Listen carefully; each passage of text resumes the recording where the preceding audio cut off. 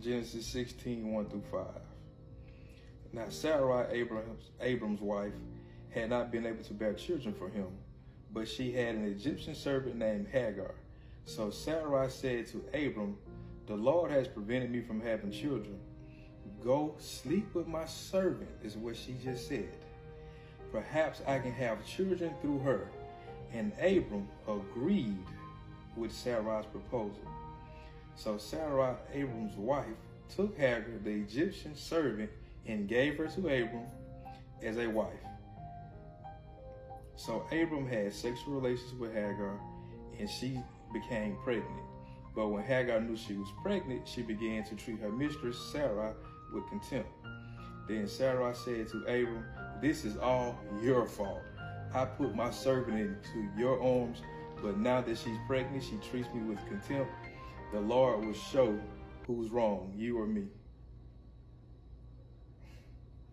The text shows that Sarai came to Abram and told him that he should take her slave and have a baby with her. Abram, doing what his wife suggested, does just that, and after he does, she blames him for how she feels about it. I apologize, ladies. It is just wired into you is who you are. Women have always said stuff they didn't mean since the beginning of the time. Now we know that it's not just today's women, it's been going on since the beginning of the time. Ladies, don't hate me for this.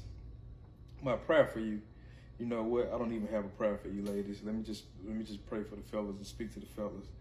Fellas, let's thank God for right here in the text. He shows us we're not alone in dealing with women who say one thing and we take the thing that they say as what they mean, and it's not really what they mean. Thank you for your word that teaches us to not listen to what she says, but to think ahead to what she would feel instead. And you know what, Lord? I do have a prayer for the ladies. My prayer is that they find some kind of way to take accountability for what they do and say.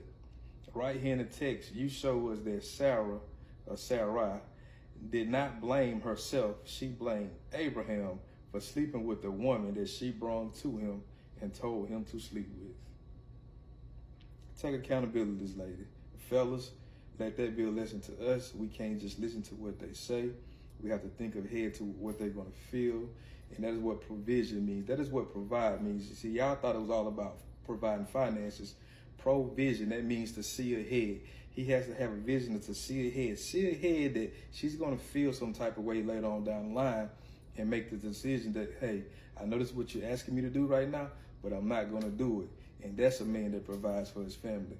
He has a vision to see forward, to see ahead of what's coming and put a plan in place. And his plan in place was, I'm not going to do that.